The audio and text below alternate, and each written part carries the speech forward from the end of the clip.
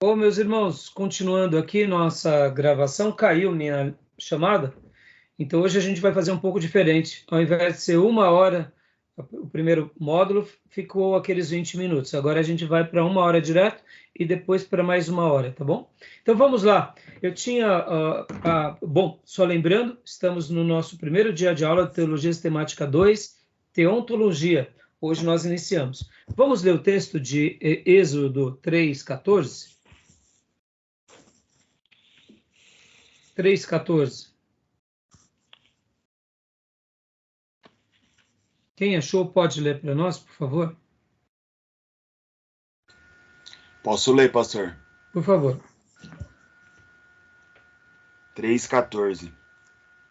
Disse Deus a Moisés: Eu sou o que sou. Disse mais: Assim dirás aos filhos de Israel: Eu sou, me enviou a vós outros. Glória a Deus. Esse texto maravilhoso. Nós gostamos muito de trabalhar na ideia do eterno. Eu sou o que sou. É aquele que estava antes no tempo e depois é aquele que é o eterno, o Deus Todo-Poderoso. Leia para nós também o versículo 15, por favor.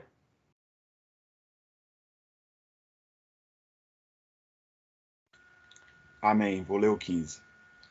Disse Deus ainda mais a Moisés: Assim dirás aos filhos de Israel: O Senhor, o Deus dos vossos pais, o Deus de Abraão, o Deus de Isaque e o Deus de Jacó, me enviou a vós outros. Este é o meu nome, eternamente, e sim serei lembrado de geração em geração. Olha só que lindo, irmãos. Nós sabemos que aqui é o tetragrama sagrado, temos uma tradução que é Jeová ou Yahvé. A pronúncia correta nós não sabemos, mas sabemos que eu sou,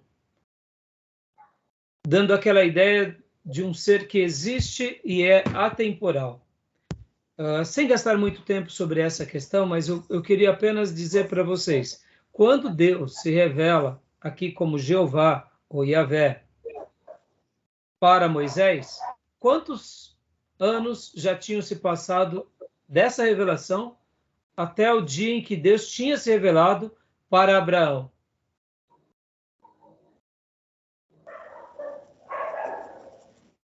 Quantos anos ou séculos? 150 anos? 400, né? 30? Vamos lá. Quantos anos foram de Abraão? 60 anos. O que vocês acham? A Cleusa, a Isa. Pastor, repete a pergunta que eu não entendi. A pergunta é: Deus se revelou aqui no monte para Moisés. Ele viu a sarça, era Moisés aqui. Moisés já estava com 80 anos aqui. 540. Então, Moisés já estava com 80 anos de idade. Mas antes disso, Deus já tinha se revelado para Abraão. Então, entre o tempo de Abraão e o Moisés, quanto tempo se passou? Eu acho que uns 500 anos, 480, 440. 540. Eu acho que não chega a 500, não. Então, partindo do pressuposto que aqui, esse período do Êxodo vai se dar por volta de 1450, e Abraão, ele existiu por volta do ano 2000, então foram 500 e poucos anos. 540, porque o período do lado do Egito foi 460 anos, e Moisés com 80. Então a gente faz assim um apanhado, né? De 500 anos. Sim. 500 e poucos anos. Agora, o que eu quero dizer para vocês? Parem e pensem nesse momento. Deus tinha se revelado a Abraão, Abraão começou a história e ele não sabia o nome de Deus. É verdade. Então, eu poderia dizer que Abraão seguiu o Criador, mas não sabia o nome do Criador? O que vocês me dizem? Sim. Para nós, cristãos do século 21, que sabemos o nome do Filho de Deus, sabemos o nome da terceira pessoa da Trindade, sabemos que Jesus enobreceu a Deus, o Deus de Israel como Pai, ou seja, nós temos uma clareza da Trindade, nós temos também toda a história do Novo Testamento e do Velho Testamento, onde Deus se revela e dá os seus nomes, mas quando a gente para pensar que Deus tinha se revelado para Abraão, feito dele uma nação, ele, juntamente com os demais patriarcas, Isaac e Jacó, e depois com todos os descendentes de Jacó, lá no Egito, eles serviram ao Deus de Israel, mas eles não sabiam o nome desse Deus. E aparece como Senhor para Abraão lá, né? A palavra que aparece lá como a presença com Abraão é Senhor. Então, a gente vai estar trabalhando bastante agora, Júnior, nessa questão, mas assim, o que aparece de fato para Abraão é Deus.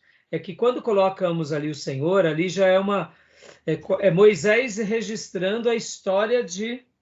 Sim, mas ali não é nome pessoal, porque ali é título, né? E aí, quando eles aparecem para Moisés, já é nome pessoal. Então, a gente vai estar discutindo, tudo isso a gente vai estar mergulhando agora nessa matéria. Por isso que vai ser muito gostoso, muito bom, muito proveitoso. Mas o que eu queria destacar, o que eu queria destacar aqui, principalmente, não era nem esse fato, mas principalmente essa ideia de que eles seguiam o Deus que não tinha nome. Era o Deus, era o criador de tudo, era o Deus criador de tudo. Mas qual é o nome dele? Eu não sei o nome dele.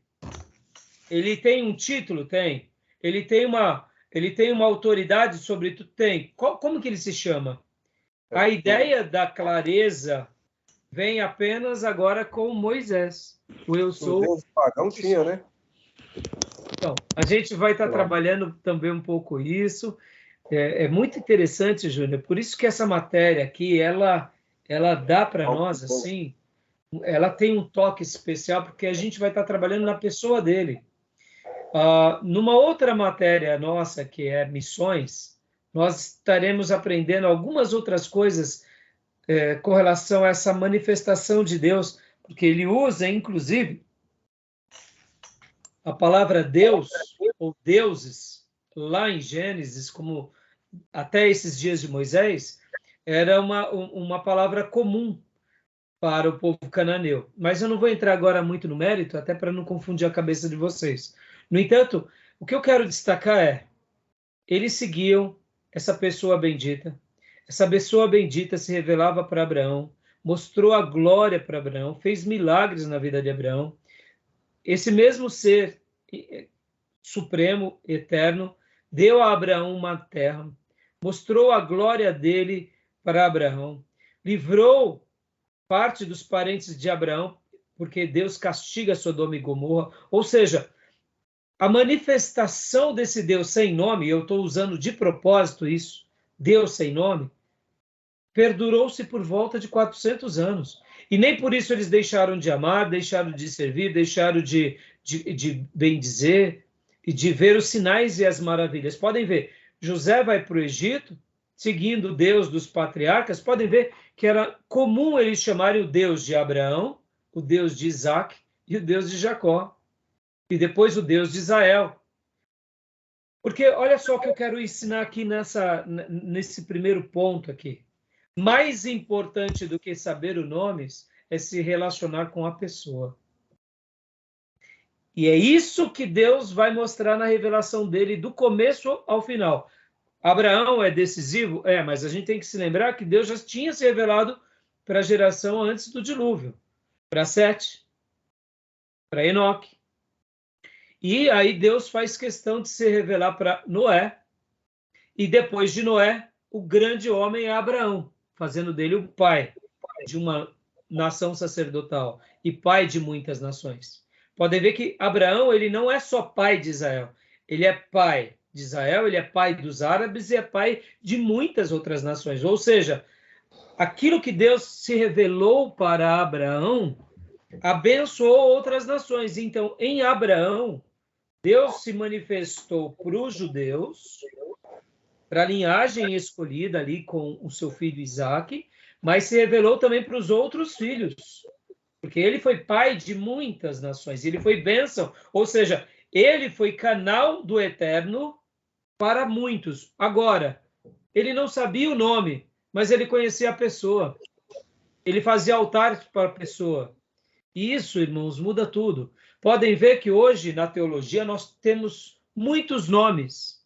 Nós sabemos quem é Jesus, conhecemos a obra de Jesus, o Espírito Santo, o Pai, conhecemos os nomes de Deus no Velho Testamento, tetragrama sagrada, a língua original, mas a grande pergunta que se destaca é: conhecer é bom, mas não adianta se eu não me relacionar, porque seria melhor não saber os nomes e se relacionar com aquela pessoa.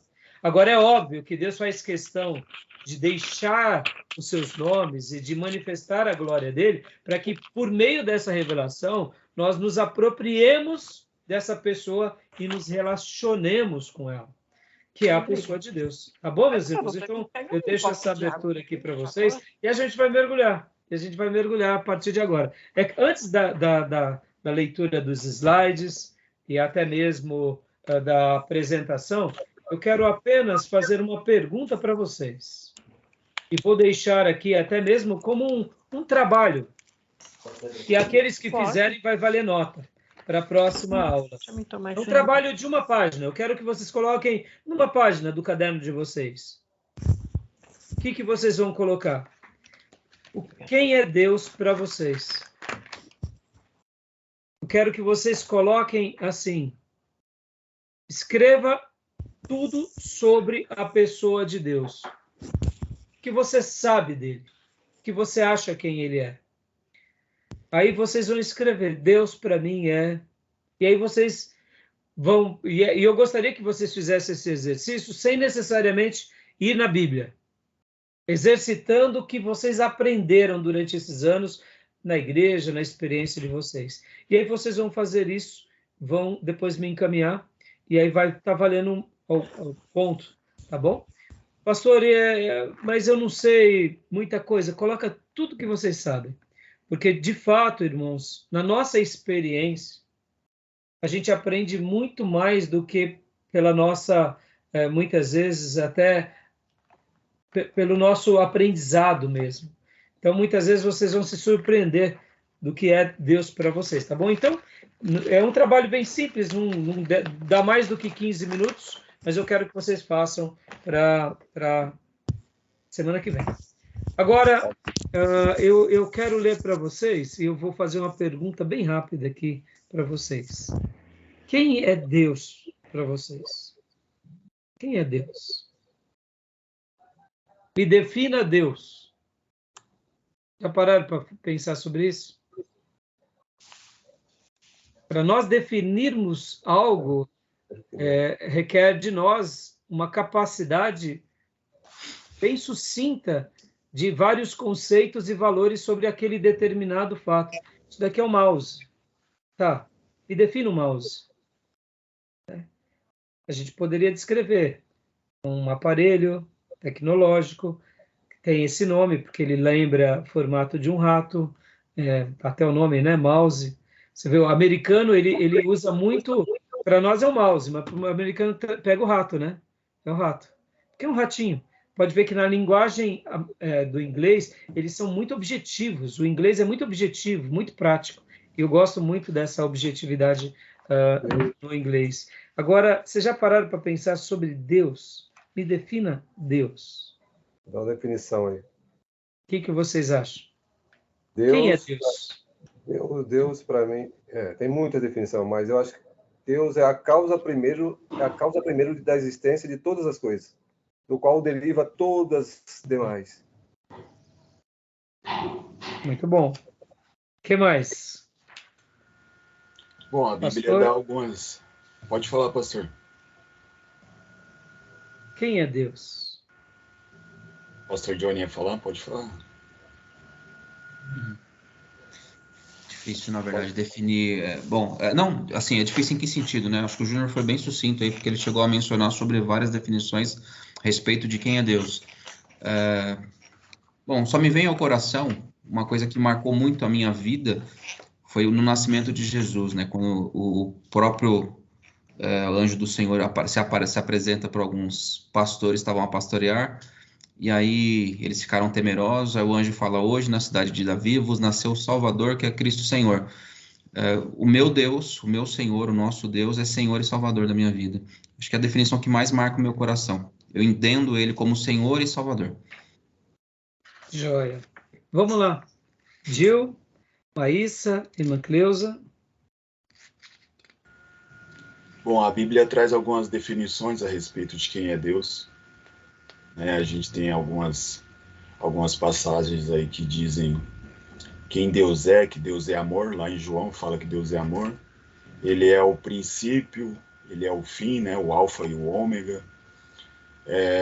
Mas acredito que todos nós vamos acabar desaguando nisso que o nosso irmão Júnior disse. Ele é a causa de tudo, é o criador de todas as coisas, e como está escrito lá em João capítulo 1, foi através dele, foi por ele, foi por causa dele que todas as coisas foram criadas. Joia. Que é mais ou menos por aí. Maravilha. Maísa e irmã Cleusa. Eu tô com o irmão Gil aí, que ele falou do irmão Júnior, porque realmente ele meio que resumiu tudo, né? Mas é o poder supremo, é a causa de todas as coisas, é o Pai, é tudo, né? Joia. Acho que falar que é tudo abrange muita coisa, né? E é muito vago, mas é tudo. Joia. E agora, irmã Cleusa?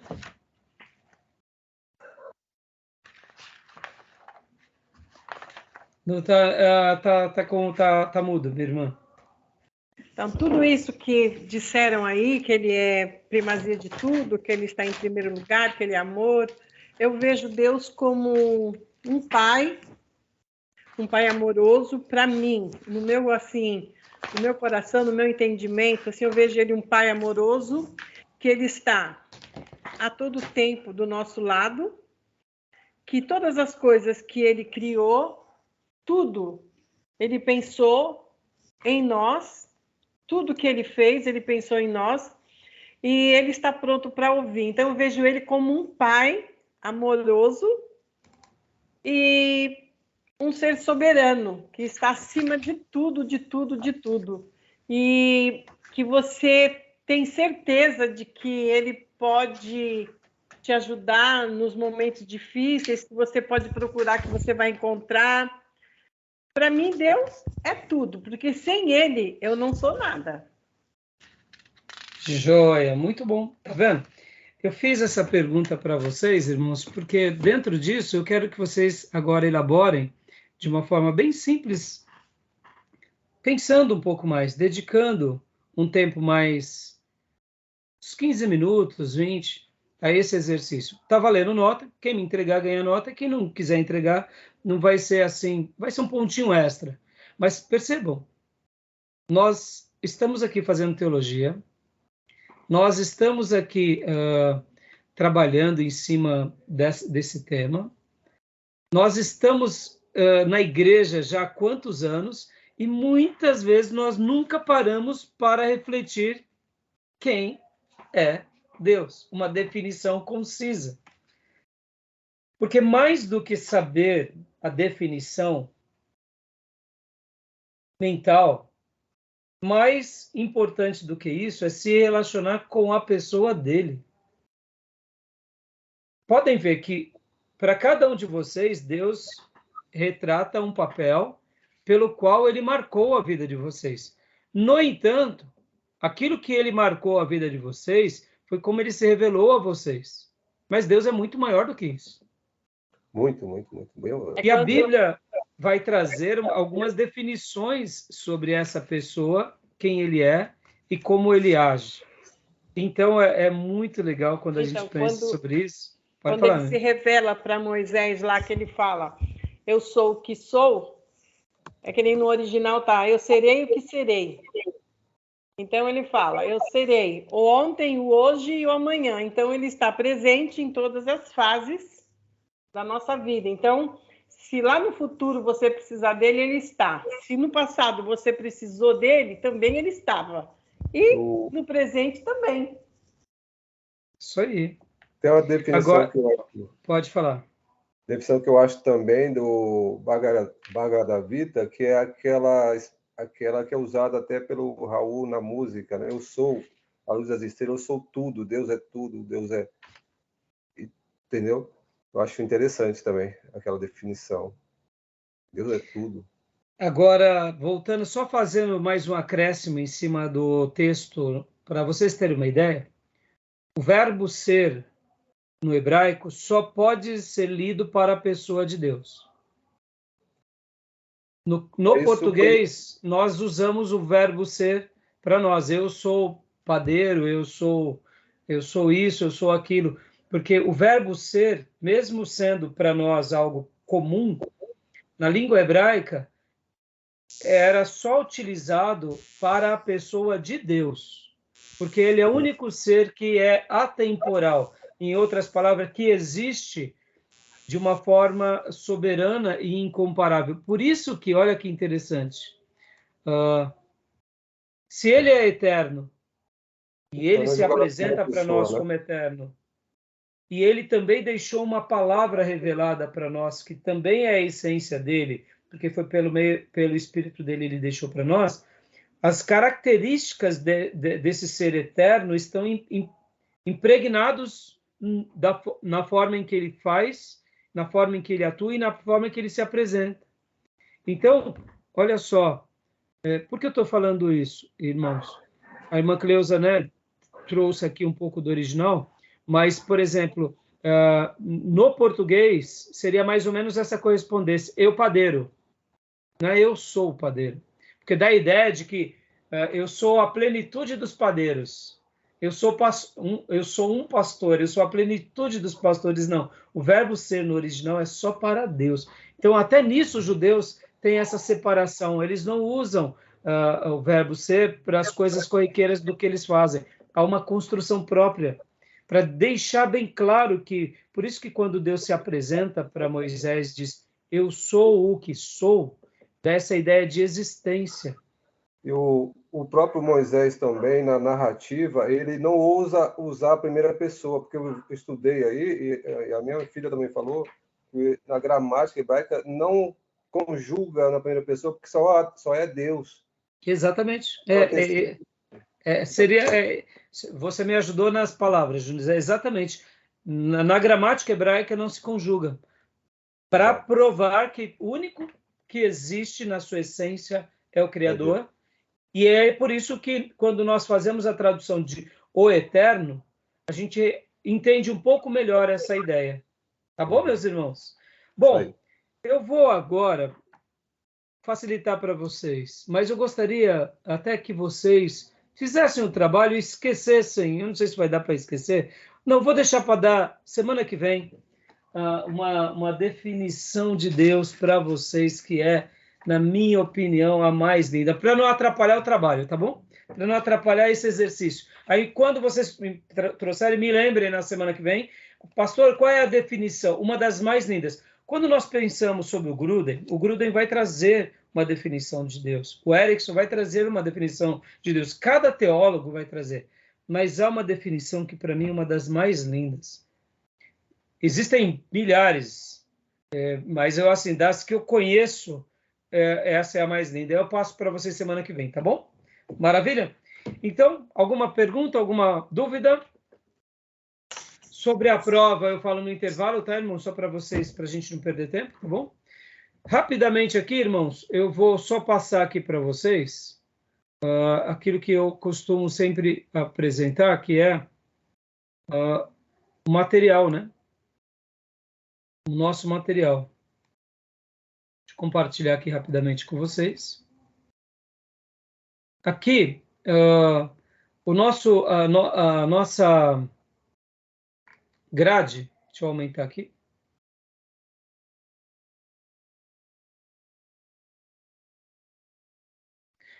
Nossa grade, ó, por exemplo, já passamos Teologia Sistemática 1, Bibliologia, e agora iniciamos Teologia Sistemática 2, Teontologia.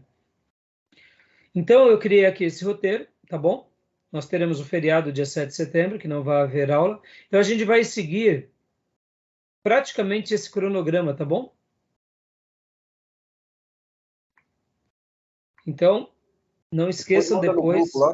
Manda no grupo lá. Eu já mandei, Júnior. Mandou? Já mandei, legal. tá? Beleza. A prova vai ser, então, dia 3 de outubro ou algo por volta disso, tá bom? Tá bom. Esse daqui é o nosso programa. E aqui eu quero mostrar também uma outra coisa aqui para vocês, que é esse daqui.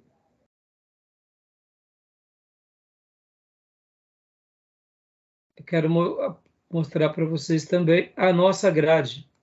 Já mandei no grupo também, tá bom? Já está lá no grupo. Então, agora, rapidamente, eu queria que alguém, só para apresentar aqui para vocês, né? Teontologia, doutrina de Deus, os objetivos, né? Pode ler para nós, pastor Johnny, por favor? Pois não. Isso, obrigado.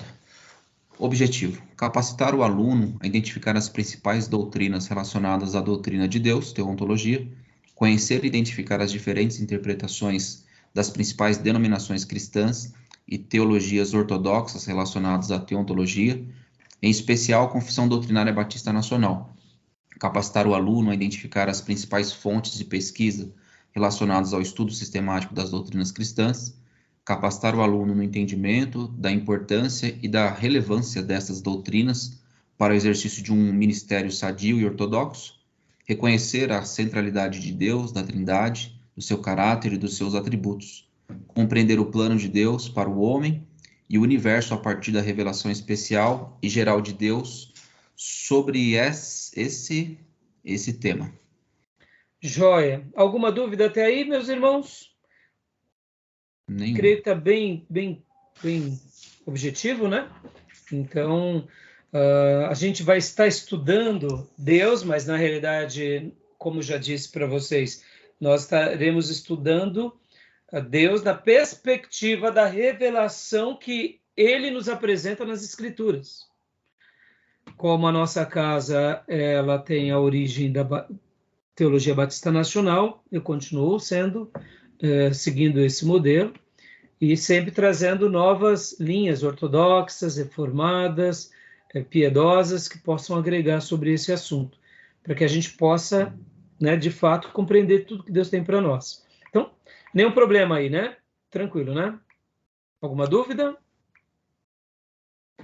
A gente vai trabalhar, olha só, o conteúdo da existência de Deus, a cognoscibilidade de Deus, o caráter de Deus, atributos incomunicáveis, atributos naturais e atributos espirituais e atributos de grandeza.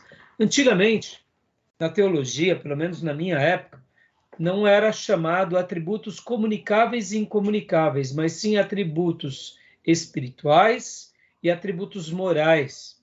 Mas não importa muito as terminologias, existem algumas terminologias melhores. Então, eu acredito que essa definição de atributos comunicáveis e incomunicáveis representam melhor esse ponto, tá bom? E eu gosto muito de como o Gruden trata. O caráter de Deus, atributos comunicáveis, atributos morais, atributos de bondade.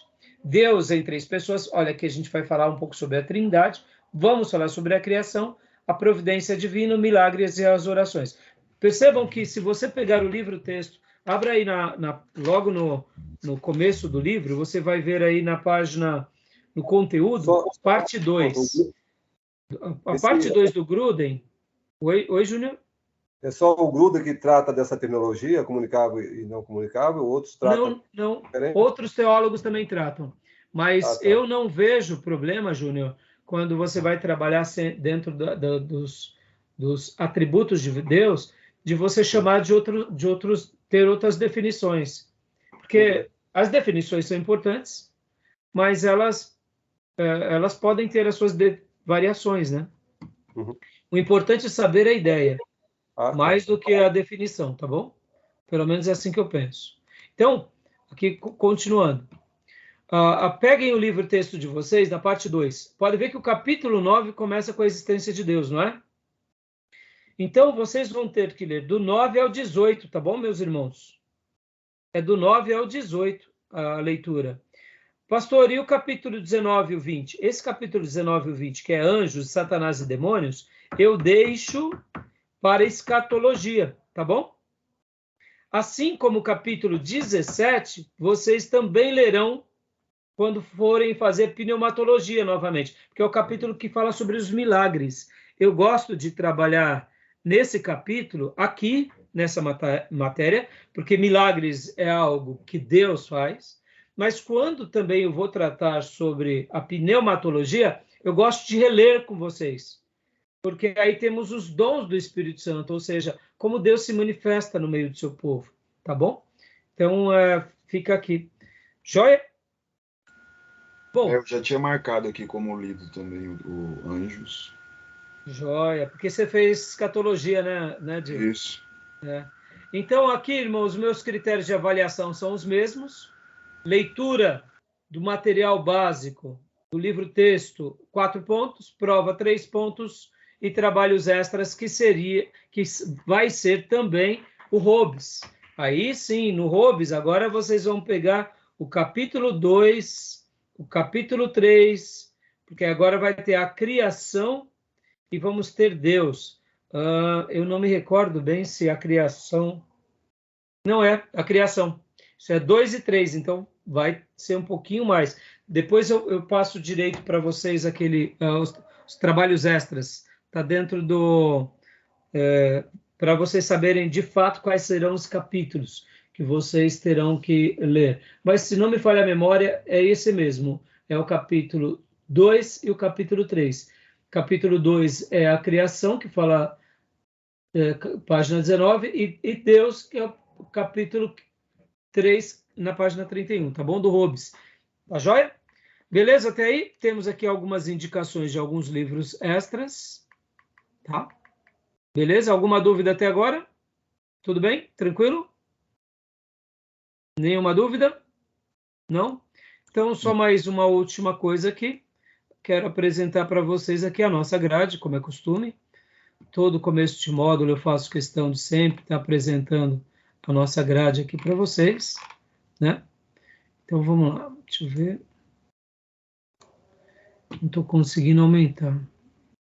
Onde eu tenho que clicar? Aqui. Então, olha só. Estamos aqui, Teologia Sistemática 2. Já fizemos a introdução do Novo Testamento 1 e 2. Então, para os próximos blocos, né, nós temos trabalhado em bimestres. Para as próximas matérias, ou vamos para a Teologia Sistemática 3, ou Missões, ou aí eu vou ver direitinho aqui com vocês qual vão ser aqui as outras duas matérias. Mas, assim, vão estar dentro desse bloco do terceiro semestre. Tá bom, meus irmãos? Então, está aqui a nossa grade, né? Para aqueles irmãos que estarão vendo no futuro. O nosso curso básico, ele tem 12 matérias. Não elimina matérias para o curso médio bacharel. O curso médio bacharel é o mesmo curso, sendo que 3 anos é o curso médio e 2 anos o bacharel. Quem faz o médio elimina as matérias para poder migrar para o bacharel. E eu gosto sempre de somente migrar para o bacharel quem fez todas as matérias do médio. Não que uma pessoa não possa fazer, mas ela vai ter muita dificuldade. Porque olha só, bacharel já começa com grego 1, grego 2, hebraico 1, hebraico 2. Ou seja, o chicote estrala. Então, a não ser uma pessoa que realmente tenha facilidade em línguas originais, né, que vai poder começar por aqui. Mas, mesmo assim, a pessoa fez esses 4 semestres, não necessariamente ele vai ser formado no bacharel, porque ele precisa dessa base. Ou seja, o nosso diploma do bacharel é a somatória dos 10 semestres, tá bom? Beleza, meus irmãos? Aula de grego e hebraico. Então, nós tínhamos aqui o professor Laerton, que ele ainda é um professor da casa, inclusive eu o vi recentemente, e chamei ele, inclusive, para ele voltar a dar aula. Ele começou fazendo uma faculdade de engenharia, já concluiu, E ele é o que dá a matéria de hebraico. E o professor Davi, que agora está no Paraná, que estava dando curso de grego. Não sei se o Davi vai continuar, porque ele está pastoreando uma igreja no Paraná, mas o professor Fabiano, graças a Deus, ele ama as línguas originais. Então ele começou amando o grego e se apaixonou pelo hebraico. E o nosso querido professor Fabiano, as cadeiras, ele tem uma boa base nas línguas originais.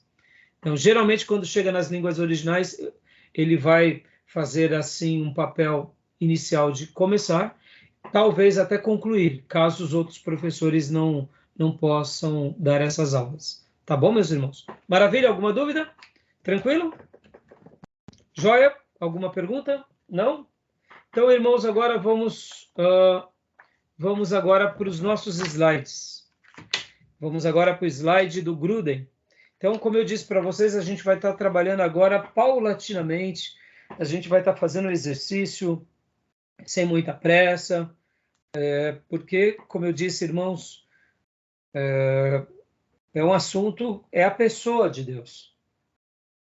Podem ver que as seitas, ou elas alteram a palavra, ou elas alteram a pessoa de Deus. Podem ver que as seitas, quando não altera a pessoa de Deus, ela acrescenta a palavra. Não é assim? O catolicismo, na pessoa de Deus, mantém sendo fiel. Mas aí ele tem a tradição. E podem ver que eles colocam agora Maria numa posição que a Bíblia não a coloca. O livro dos Mormons, por exemplo, vai trazer informações que Jesus e o diabo eram irmãos, filhos do Deus Pai, e eles brigam. E aí, por causa dessa briga, começa todo o plano e processo redentivo. Opa, houve uma alteração aí na pessoa de Deus. Nossa, essa eu não sabia não, hein? Dos Pois Mormons, Jesus e Satanás, eles são irmãos, e eles brigam, e aí começa toda a rebelião, e aí, bom, aí vai, ou seja, a pessoa de Deus foi alterada. Os testemunhos de Jeová, eles tentam repaginar as Bíblias para sustentar o quê? A posição do Deus que cria e do outro Deus que é o Filho de Deus, que é Jesus. Criatura, né? Foi criado por Jeová. Olha que interessante. Então, em tese, são dois deuses. E o Espírito Santo? É uma força ativa de Deus, não é uma pessoa. E para sustentar essa alteração, o que eles fazem? Eles, inclusive, alteram a Bíblia. Foram ousados. Eu não sei se vocês sabem, até as novas versões dos TJs, agora, eles foram literalmente meio que por goela abaixo. Eles têm que admitir que o que eles fizeram, por exemplo, João 1, foi errado. Porque, literalmente, hoje não tem como você fugir dessa questão. Você não pode ficar num gueto e falar que a Bíblia ela é correta dessa forma. Como já dissemos, irmãos, o grego foi... Né? Oi? Acrescentou o artigo indefinido. Era um Deus. Exatamente. Não existe no... não existe no original. E por essa razão, enquanto você tem uma interpretação teológica no seu gueto, você até consegue manipular ali algumas mentes. Mas depois que você vai estudar a língua original em qualquer contexto, você vê que houve uma agressão ao texto. Logo, eles precisam fazer isso. E detalhe, hoje eles colocam como nota de rodapé, né? Para sustentar isso. Então, era um Deus. Era Deus, aí coloca lá uma nota de rodapé, era um Deus, e aí eles sustentam a doutrina. Ou seja, irmãos, ou é a palavra que tenta ser alterada, ou é a pessoa de Deus. É claro que existem outros tipos de seita, mas eu estou citando aqui que esses dois blocos principais, escritologia, bibliologia, doutrinas da palavra de Deus e teontologia, estudo da pessoa de Deus, sempre serão os mais alviutados na história da humanidade. Pode ver que lá no Éden foi isso. A serpente tentou alterar a palavra de Deus para desfigurar a pessoa dele. Então sempre vai ser assim, o diabo, com as suas artimanhas, sempre vai tentar alterar a palavra dele ou quem sabe a pessoa dele, tá bom? Então vamos lá para o nosso slide aqui agora, vamos começar. Deixa eu só compartilhar para vocês. Uma pergunta, meus irmãos, alguma dúvida até agora? Tranquilo? Tranquilo. Não? Então vamos lá.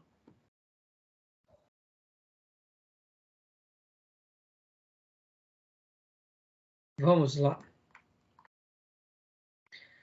Biblioteca Vida Nova de Recursos Pedagógicos para a Teologia Sistemática de Wayne Grudem.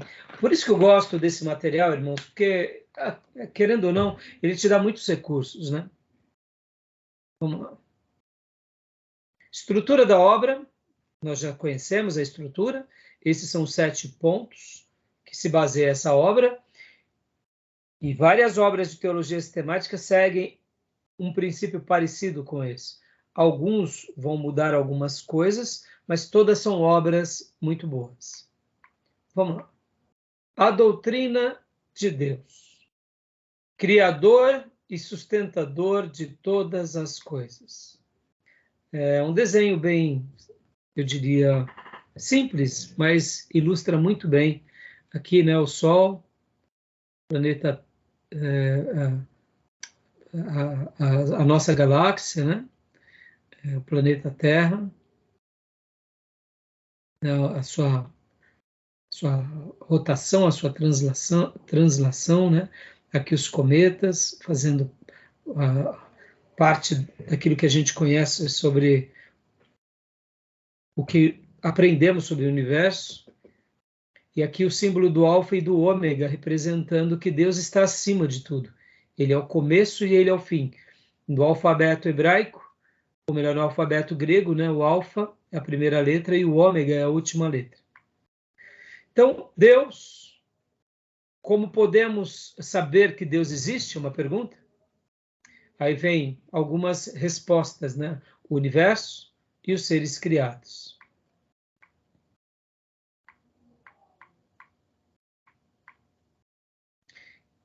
Questão da existência de Deus, né?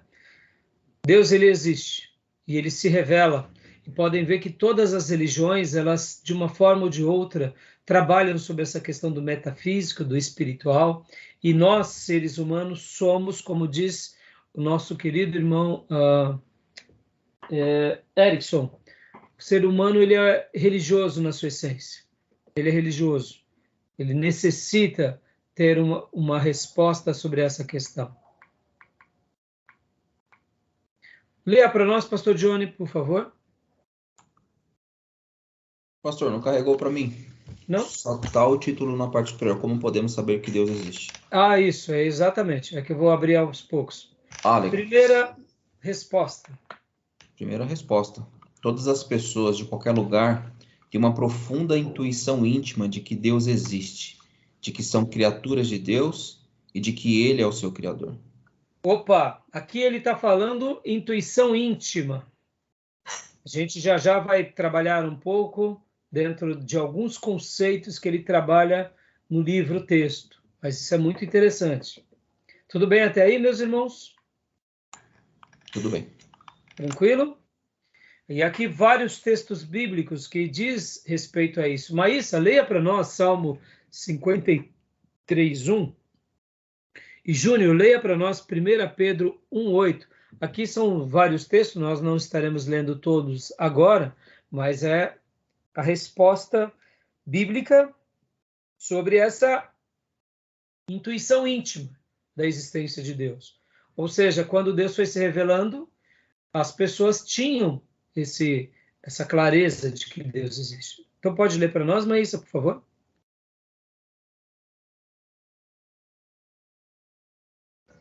Salmo 53:1.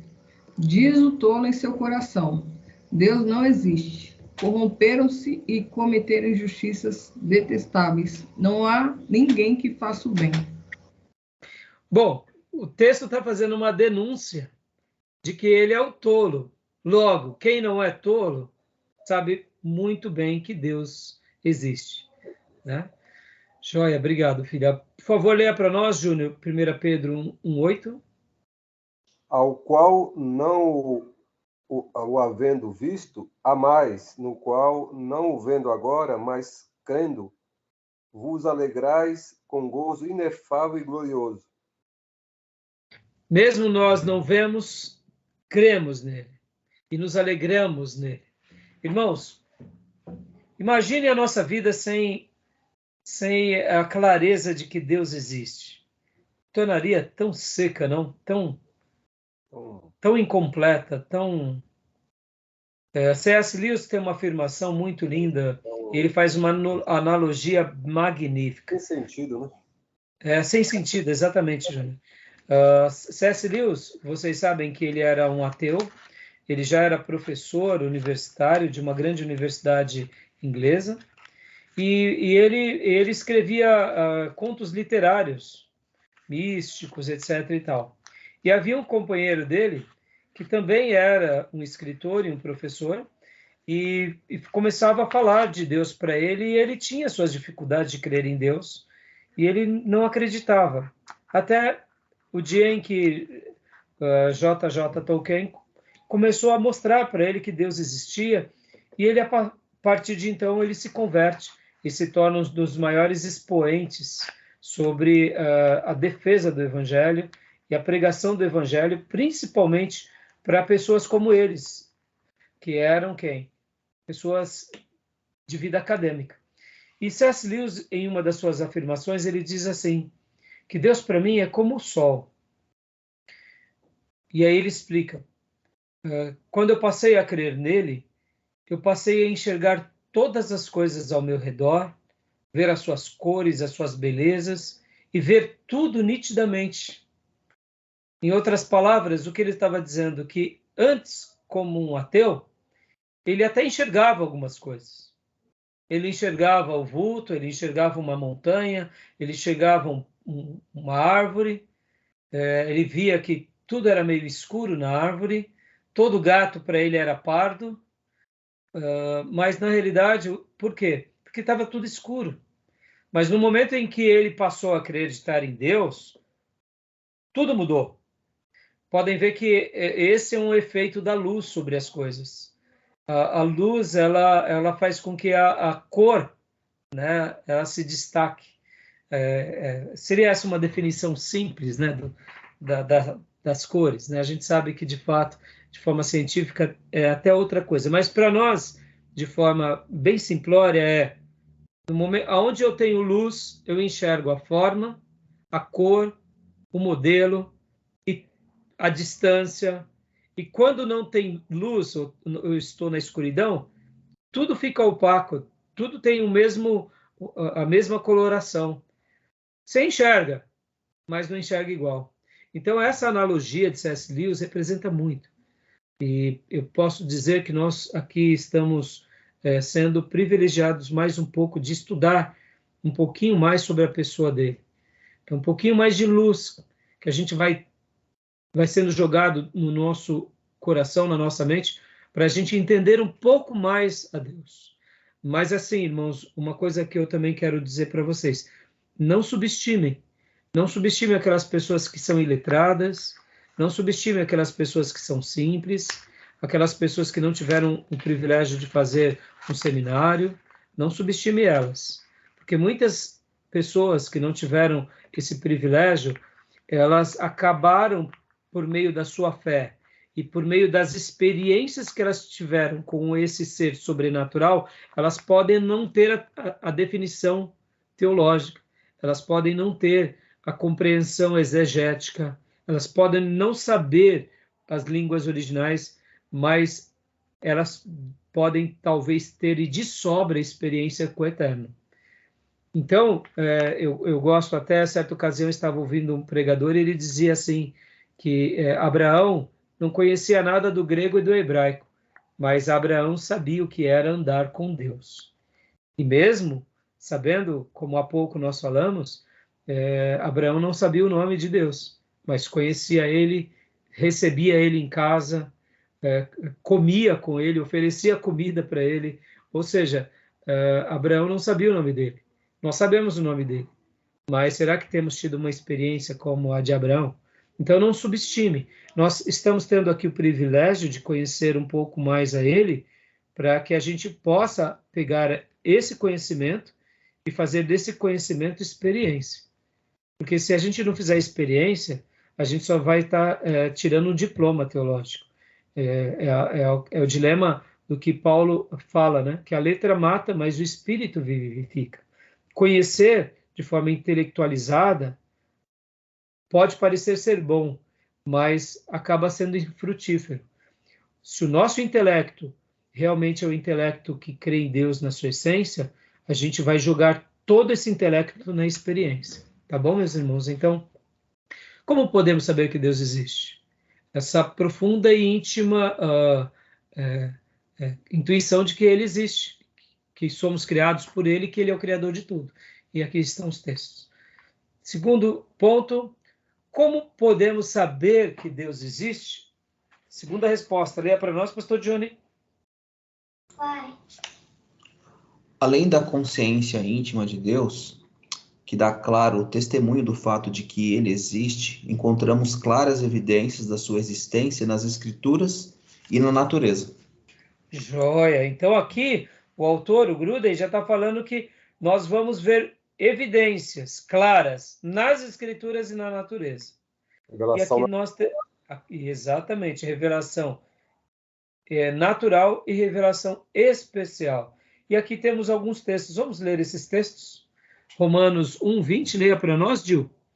Irmã Cleusa, Atos 14, 17.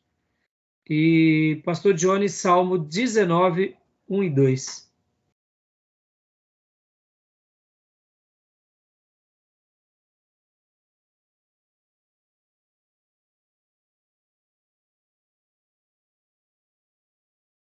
Pode ler Romanos 1:12, por favor. 1:20, por favor.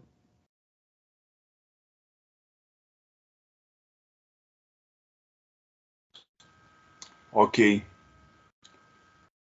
Porque as suas coisas invisíveis, é isso mesmo, porque as suas coisas invisíveis, desde a criação do mundo, tanto o seu eterno poder como a sua divindade, se entendem e claramente se veem pelas coisas que estão criadas, para que eles fiquem inexcusáveis.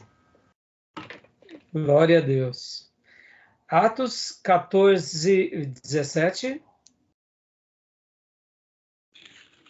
14, 17.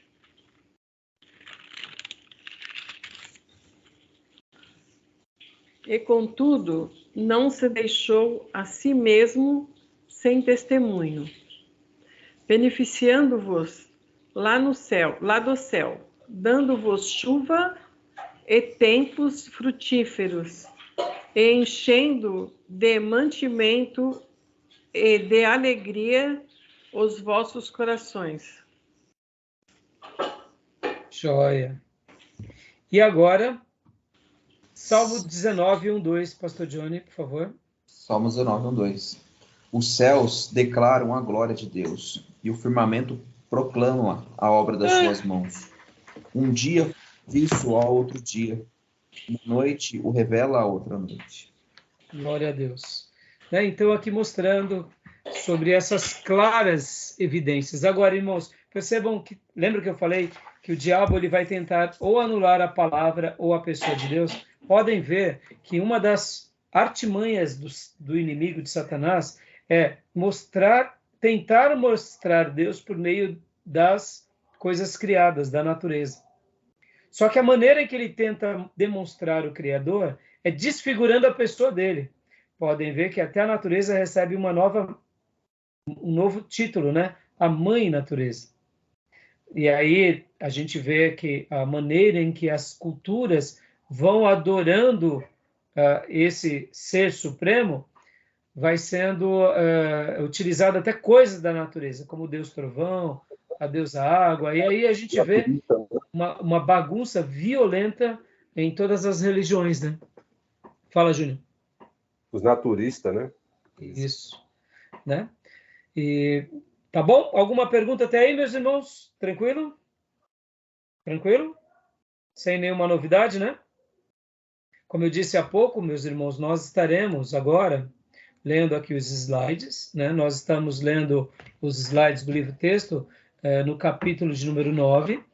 Assim que a gente concluir os slides pertinentes ao capítulo 9, porque aí a gente vai estar falando a existência de Deus.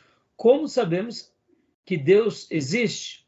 Aí nós vamos ir para o livro do Gruden e vamos trabalhar, porque ali tem vários conceitos que eu quero poder dissecar com vocês, para que essa aula realmente fique muito fixada no coração e na mente dos irmãos, tá bom?